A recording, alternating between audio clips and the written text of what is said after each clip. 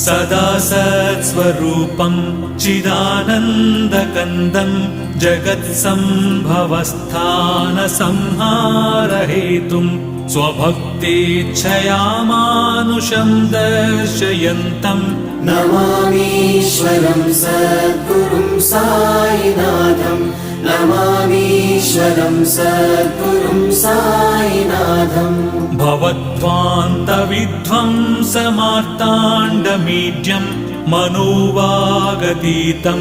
मुनिर्ध्यानगम्यं जगद्व्यापकं निर्मलं निर्गुणं त्वां नमामीश्वरं सद्गुरुं साईनाथं नमामीश्वरं सद्गुरुं साईनाथं भवाम्बोधिमग्नार्दितानां जनानां स्वपादाश्रितानां